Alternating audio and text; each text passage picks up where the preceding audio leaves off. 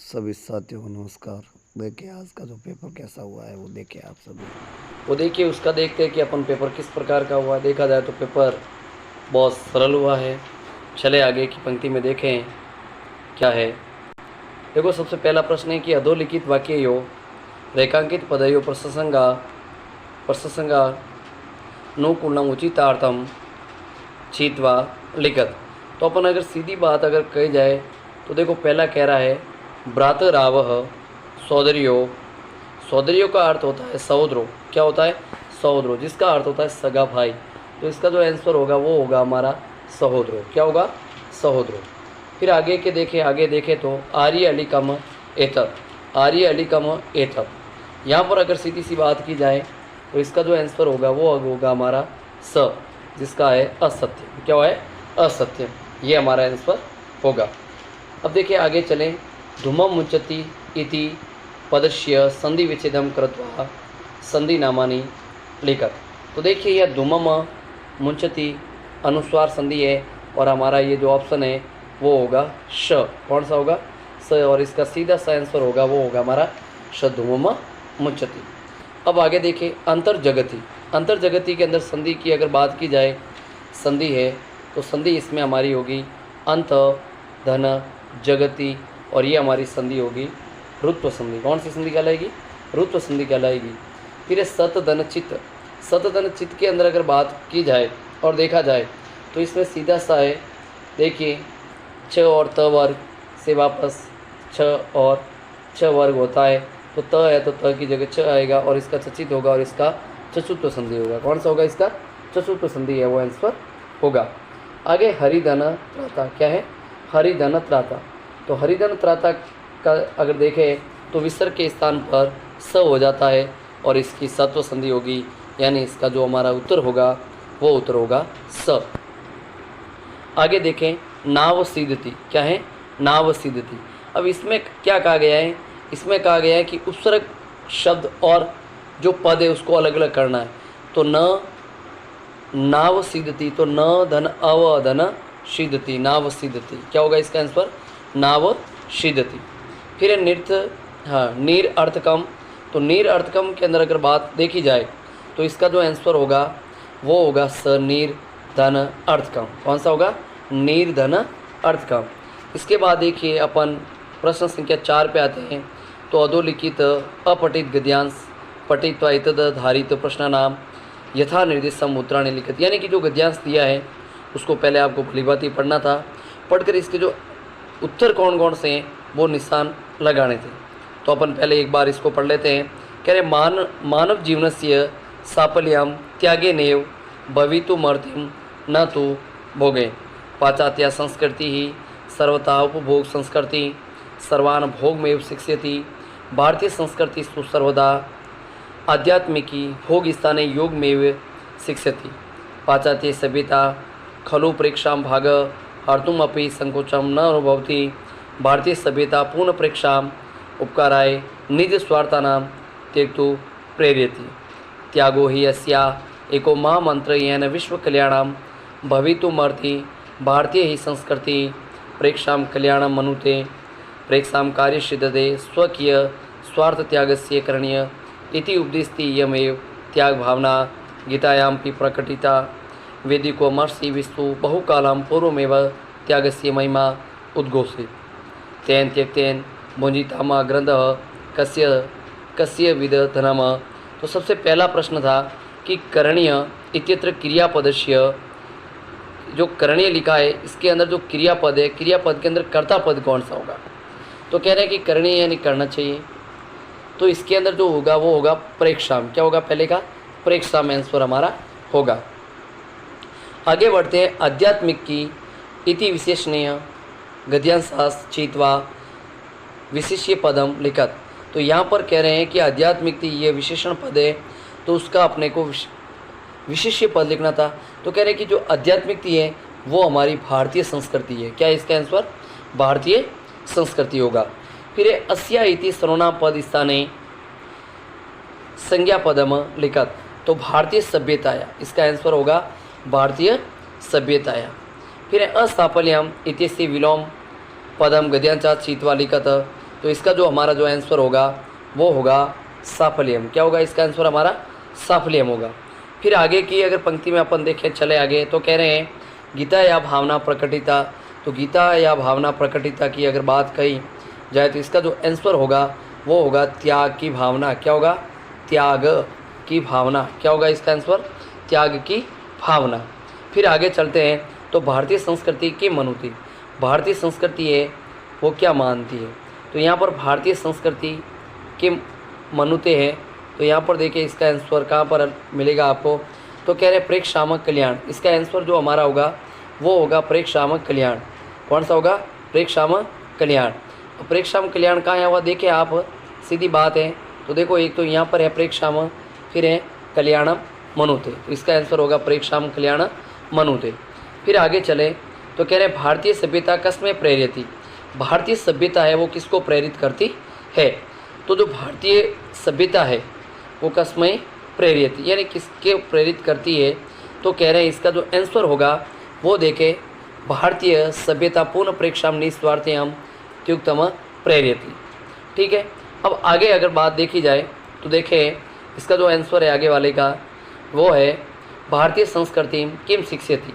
भारतीय संस्कृति किम शिक्षयति। तो भारतीय संस्कृति किम शिक्षयति, देखिए अपन अगर सीधी सी बात है और देखते हैं तो इसके अंदर देखो कहाँ पर यह आया हुआ है, देखें अपन। तो सीधी सी बात अगर देखें तो अपन यहाँ पर यह है, इसमें लिखा है पाश्चात्य संस्कृति में सर्वताम उपभोग संस्कृति सर्वान भोग में व शिक्षयति। ये इसका आंसर है। आगे वाले प्रश्नों के अंदर अपन देखें, कह रहे हैं सी गद्यांश से समुचित शीर्षक लिखे। तो इसका जो गद्यांश होगा वो भारतीय संस्कृति होगा। अब इसका गद्यांश का संक्षिप्तीकरण है वो अपने को लिखना है। अब देखो अगर आगे प्रश्न करें कि समास लिखना है और समास का नाम क्या है वो भी लिखना है। तो देखें सेवित्यो महान वृक्ष, तो इसका होगा बेटा महान वृक्ष इति, महान वृक्ष इति। और इसका जो समास होगा वो हमारा होगा कर्मधारय। कौन सा होगा? कर्मधारय समास होगा। ठीक है, आगे चलें तो है पिक स काकस्य छ। तो इसका जो आंसर होगा वो होगा पिक काकयो, पिक काकयो। क्या होगा? पिक काकयो। ठीक है, पिक काकयो। और इसके अंदर है बेटा द्वंद्व समास। कौन सा है? द्वंद्व समास आपके होगा। ठीक है, आगे देखें, आगे है विमूढ़ी। क्या है? विमूढ़ी। तो इसके अंदर होगा विमूढ़ी। देखें आगे हैं तो देखें आगे में विमूढ़ा, इसका होगा बेटा विमूढ़ा धी यस्य, विमूढ़ा धी यस्य श, विमूढ़ा धी यस्य स। और इसका जो समास होगा वो होगा समास बहुव्रीहि समास। कौन सा होगा इसका? बहुव्रीहि समास होगा, ये ध्यान रखें आप। ठीक है, तो पहला देखो कर्मधारय का आया है, इसके बाद अपने द्वंद्व का आया है और द्वंद्व के बाद आया है बहुव्रीहि समास विमूढ़ा धी यस्य स, बहुव्रीहि समास। अब देखिए आगे अधोलिखित रेखांकित पदानाम विभक्ति च तत् कारणम, यानी कि अपने को विभक्ति और उसका कारण लिखना था। तो सबसे पहले जन्म विना जीवनम नास्ति, तो इसमें विना के योग में द्वितीय विभक्ति का प्रयोग हुआ है। विना के योग में द्वितीय विभक्ति हुई। कौन सी? विना के योग में द्वितीय विभक्ति। मृगा मृगे संगम अनुव्रजंती, मृगा मृगे संगम अनुव्रजंती। संगम का अर्थ होता है साथ में, तो स साकम समम और साधम इन सब का प्रयोग होता है तृतीया विभक्ति में। संग यानी सह योगे तृतीया विभक्ति, इसके अंदर होगी है तृतीया विभक्ति। ठीक है, फिर एक वनस्य समीपे नदी बहती, यानी जंगल के पास में नदी बहती है, तो इसमें आपके षष्ठी विभक्ति का प्रयोग हुआ है। कौन सी विभक्ति का प्रयोग हुआ है? इसमें षष्ठी विभक्ति का प्रयोग हुआ है। ठीक है, समीपे यानी पास में नदी बहती है। फिर जनानाम कृते मम सत्य प्रियता अस्ति, तो जनानाम मम कृते, तो इसमें भी आपके षष्ठी विभक्ति का प्रयोग हुआ है। षष्ठी विभक्ति का प्रयोग इसमें भी आपके हुआ है मम के योगे। ठीक है, यानी कि जनानाम लोग करते हैं मेरे लिए सत्य प्रियता, सत्य प्रिय जैसी बात है। ठीक, फिर चले आगे, इसके बाद में अत्यादर, अत्यादर, तो इसमें यहाँ पर है अत्यादर संकनीय, अत्यादर संकनीय। क्या होगा? अत्यादर संकनीय। ठीक है, फिर आगे देखें महाकंपनम जातम, तो इसमें होगा महाकंप, यानी कि महाकंप, महाकंप, महाकंप धन, महाकंपनम धन, ल्युट प्रत्यय होगा इसमें। कौन सा होगा बेटा? ल्युट प्रत्यय। और समत्व में होगा समधन त्व समत्व। कौन सा होगा इसमें? समत्व होगा। ठीक है, आगे चले। तत्र अपि अवयव है, तो तत्र अपि सर्वत्र, तो सबसे पहले वर्षा काले जल प्लव भवति, यानी कि सर्वत्र। पहले में क्या आएगा? सर्वत्र आएगा। ठीक है, दूसरे में आएगा महाराज आप भी अपि कुशलम, और यहाँ पर आएगा तत्र। क्या आएगा आंसर इसका? तत्र होगा। चले आगे। इसके बाद है आपके 9वां प्रश्न, कह रहा है कि इसके अंदर विभक्ति वगैरह लिखना है। तो पहले में देखो अस्मत् शब्द है, अहम है, ऐसे, तो इसमें आवाम यमलो होगा। कौन सा होगा? आवाम यमलो। इसमें होगा आवाम यमलो, हम दोनों मतलब जुड़वा है। और फिर है नमः, तो इसमें होगा गुरुवे नमः। क्या होगा इसमें? गुरुवे नमः। फिर इसके बाद युवाम कलम कुरुथ, क्या होगा? कुरुथ, कुरुथ। फिर दूसरे में आएगा गुरु ज्ञान लभंते। कौन सा होगा? लभंते। यहाँ पर आंसर होगा आपके लभंते। फिर चले एक, यहाँ पर बात हो रही है 130। तो देखो त्रिशंत्याधिक, त्रिशंत्याधिक दिखा शतम। क्या होगा? शतम, यानी कि 100 में 30 ज़्यादा है, 445। तो 445 के अंदर देखें तो इसमें होगा पंच सत्वारी शंत्याधिक, सत्वारी संत याधिक, याधिक चतुर शतम, चतुर शतम होगा। ठीक है, चतुर शतम यानी कि 400। इसके बाद देखें आगे, कह रहे कि कौन प्यासा मरता का पिपासित मेरे थे। तो यहाँ पर प्रश्न आपका होगा वो होगा चातक। कौन सा होगा? चातक। अब देखिए इसके अंदर आप अपनी जो आरबीसी के द्वारा जो हमारी संचालित है सामुसी भाग 2, उसके अंदर आप इसके प्रश्न है वो देख सकते हैं। अपन सीधी सी बात है करें तो अपन व्याकरण के प्रश्न देखते हैं आगे। अब देखिए इसके अंदर आंसर देखो ऑलरेडी लिखा हुआ है, कह रहे कि वनराज पदय सुपात्र, यानी कि चतुर्थी विभक्ति का प्रयोग इसमें हुआ। किसकी विभक्ति का? चतुर्थी। तो इसमें आएगा कस्मय। क्या होगा? कस्मय होगा। तस्या द्वे नामिनी, यानी कस्या द्वे नाम, यानी किसके दो नाम है। तो यहाँ पर तस्या दे सूरादीप, तो इसका आंसर होगा क। क्या होगा? क। अब आगे देखो प्रश्न आपके 90 है, 2 श्लोक लिखने हैं। इसके बाद संस्कृत के अंदर भावार्थ है, बुद्धि बलवती पाठ का सार लिखना है। अब इसके बाद प्रश्न संख्या है वो अपन 17वां पे आ जाते हैं। तो 17वां प्रश्न देखिए, आगे वाला प्रश्न कह रहे कथा क्रम संयोजन लिखना। तो देखो कह रहे हैं कि परम तथापि द्रक्षा फलानी न प्राप्त, परम लेकिन वो अंगूरों के फल को प्राप्त न कर सकी। एकस्मिन स्थान, एक स्थान पर उसने अंगूरों की लता देखी, उसको खाने के लिए अनेक बार उसने प्रयत्न किए। एक भूखी लोमड़ी थी, वो भोजन के लिए इधर उधर घूम रही थी, और ये सब सारे जो अंगूर के फल है वो खटे, ये कहकर वो क्रोधित होगी और वहाँ से चली गई। यानी कि लता पर बहुत सारे फल, मतलब कह रहे फल पके हुए थे। लेकिन यहाँ पर जो सबसे पहला जो हमारा आएगा वो आएगा कि एक श्यार था, वो भूखा है, यानी कि एक लोमड़ी थी, वो जंगल के अंदर उधर उधर घूम रही थी, भूखी थी। उसने क्या है कि एक स्थान पर है वो क्या देखा? अंगूरों की बेल देखी। कह रहे हैं कि उस पर बहुत सारे फल पके हुए थे, लेकिन उसे वो क्या है, वो खाने के लिए बार बार प्रयत्न करने लगी, लेकिन वो वहाँ तक नहीं पहुँच सकी। अंत में क्या आएगा कि ये कहने लगी कि अंगूर खट्टे। देख रहे थे इत्यादर, ये आप देखें तो इसके अंदर जो ये शब्द है ना माँ कंपन, ये माँ कंपन, इसमें मतलब थोड़ा ये डाउट लग रहा है।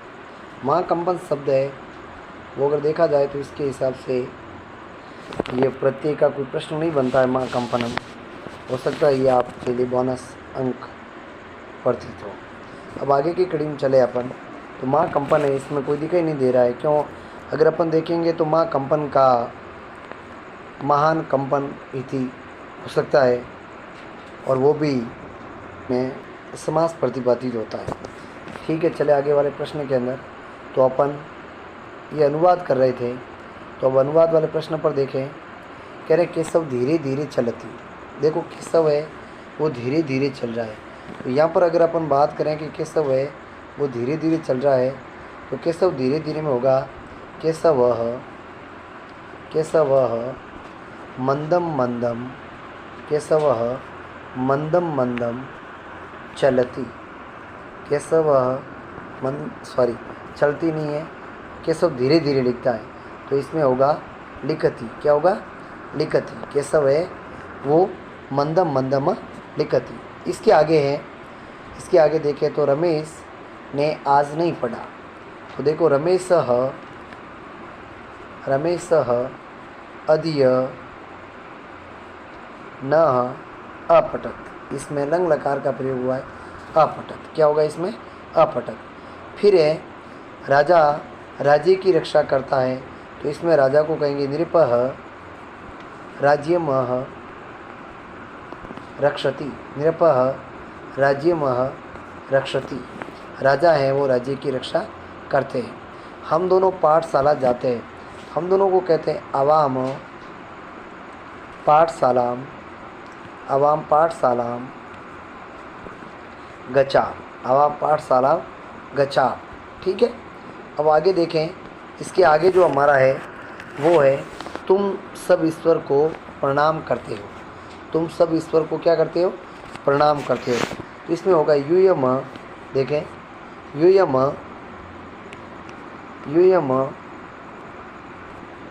ईश्वरम। इसमें देखो यूयम ईश्वर आ रहा तो पूरा मुँह आएगा, ठीक है, ये नहीं आएगा। यूयम ईश्वरम प्रणमय। क्या आएगा? प्रणमय। ठीक है।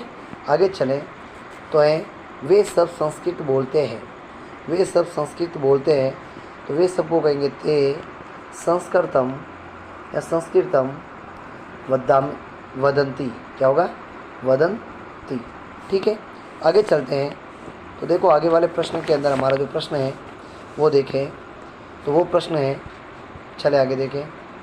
कह रहे हैं इसमें पहला है कि भगवान राजकीय उच्च माध्यमिक विद्यालय गोविंदनगरस्य शिक्षाया गोविंदनगरस्य 10वीं कक्षाया छात्रः सोमदत्तः अस्ति।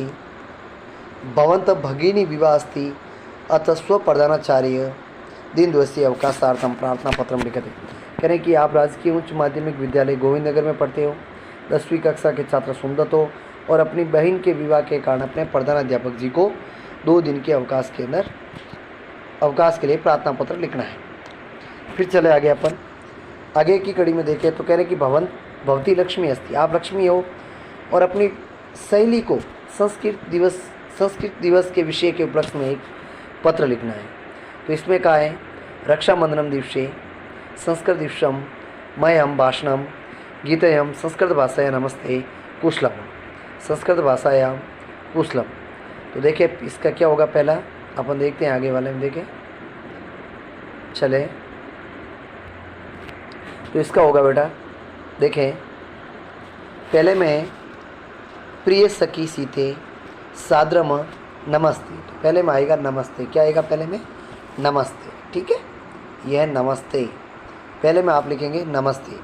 फिर दूसरे में देखें, दूसरे में आपका आएगा साद्रम नमस्ते हो गया। दूसरे में आपके हैं कुशलम। क्या होगा? दूसरे में कुशलम होगा। तीसरे में कुशलम तत्रास्तु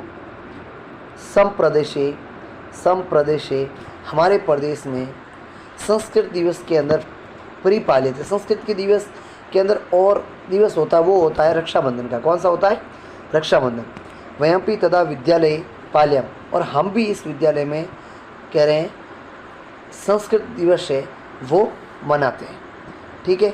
अम्पि संस्कृत दिवसे संस्कृतम गीतम गायामि। फिर कह रहे हैं इसके आगे देखे बेटा संस्कृत दिवसम गीतम गायामि। फिर आगे देखें आगे इसमें बताया जा रहा है कि मम सखी संस्कृते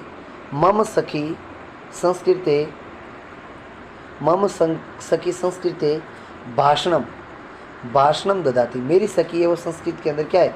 भाषण देगी। फिर कह रहे हैं कि ये शाम संस्कृत भाषायाम सर्वे भाषायाम धरणी।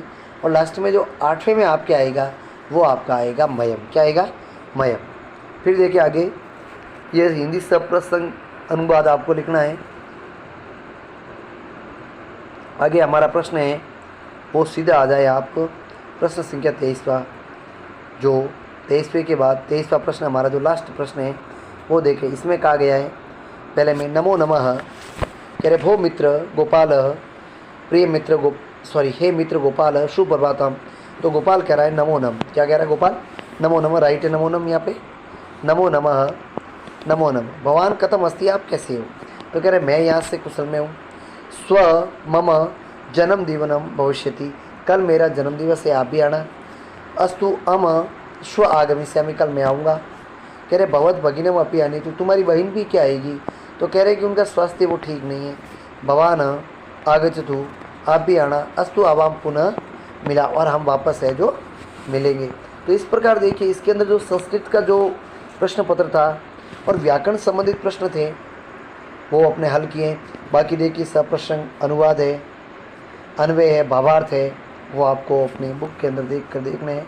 और देखिए जैसे इसके अंदर प्रश्न आए हैं अपना, अगर अवयव है या ये प्रस्तुत निर्माण है, इस प्रकार के प्रश्न है वो सरल है। और इसमें जो हमारा जो प्रत्येक का प्रश्न आया है उनके अंदर हमें ये माँ कंपन वाला है जो डाउट लग रहा है। तो इसका थोड़ा देखें। अब इसके आगे बोर्ड है वो क्या मानती हैं, लेकिन माँ कंपन है वो समास के अंदर प्रतीत होता है। तो आप आगे से आगे वीडियो को शेयर करें, लाइक करें, और आप सभी इसको देखें एक बार। सभी को धन्यवाद। जय संस्कृतम, जय हिंद, जय हिंद।